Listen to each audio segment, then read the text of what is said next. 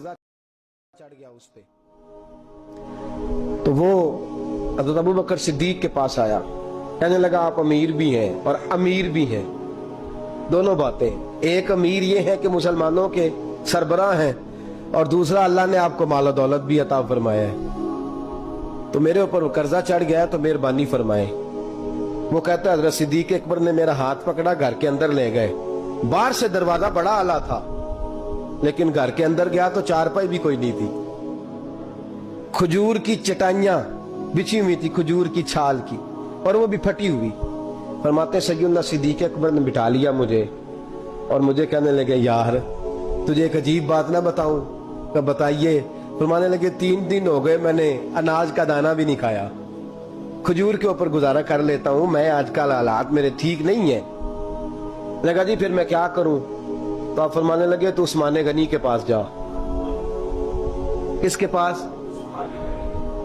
शख्स कहने लगा जी मुझे तो बहुत सारे पैसे चाहिए। तो आपने फरमाया तेरी सोच वहां खत्म होती है जहां से उस्मान की सखावत शुरू होती है। तेरी सोच वहां तू जो सोचता है ना इतने मिलेंगे, तेरी खत्म होती है सोच जहां से उस्मान की सखावत शुरू होती है। तू जा। कहने लगा जी आपका नाम लूं? फरमाया जरूरत ही नहीं पड़ेगी।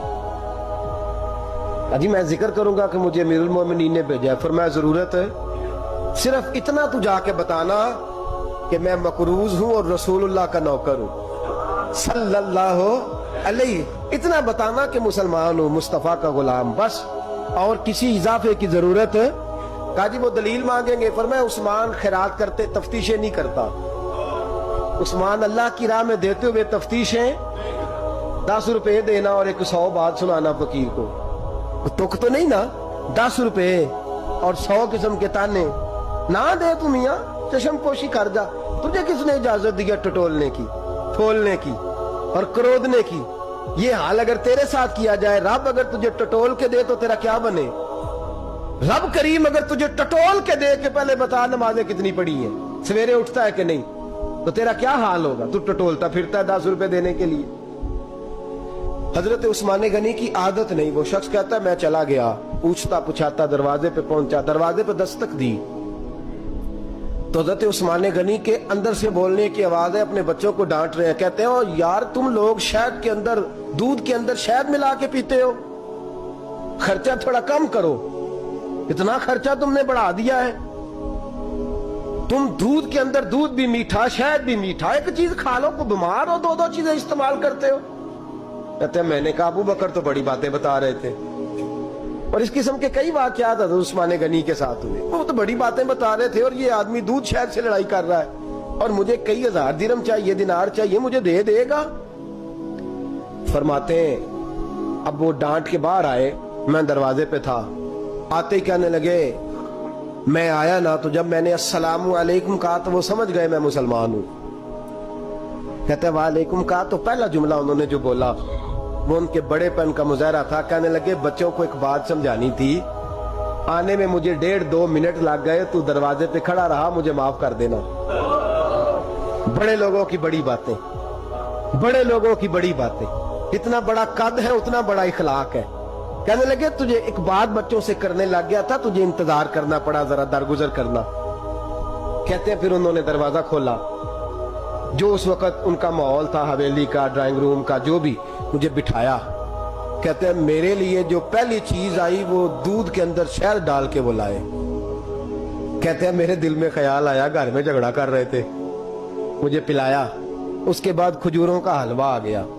कहते हैं मैंने कहा बच्चों को कह रहे थे एक मीठी चीज इस्तेमाल करो, मेरे लिए 3-3 आ गई हैं, 3-3 आ गई। अजीब शख्स है। कहते हैं मैं, लेकिन अभी मेरा तसव्वुर जमा नहीं। मैंने कहा इतना तगड़ा नहीं जितना हज़रत अबू बकर ने बताया है। कहते हैं खिला पिला के ना फिर पूछने लगे कैसे आए हो, कैसे आए हो? तो कहते हैं मैंने कहा कि जनाब मैं मजबूर हूं। आज बहुत सारे लोग हैं ना जिनके पास किसी की बात सुनने का टाइम ही नहीं। कहते हैं मोटी मोटी बात करें, आखिरी आखिरी। हजरत उस्मान गनी पूरी खिला पिला के कहने लगे कैसे आना हुआ? कहते मैंने कहा जी मैं मुसलमान हूं, मुल्क के शाम के मुज़ाफात के एक गांव का रहने वाला हूं, कुछ कारोबारी मुश्किलात आई तो मैं मकरूज हो गया, मेरे ऊपर कर्जा है, مجھے کچھ پیسوں کی حاجت ہے. فرمانے لگے میں نے کچھ پیسے کہا, انہوں نے ایک آواز دی تو ان کا غلام آیا ایک اونٹ کے اوپر لدا ہوا سامان لے کے. کس کے اوپر؟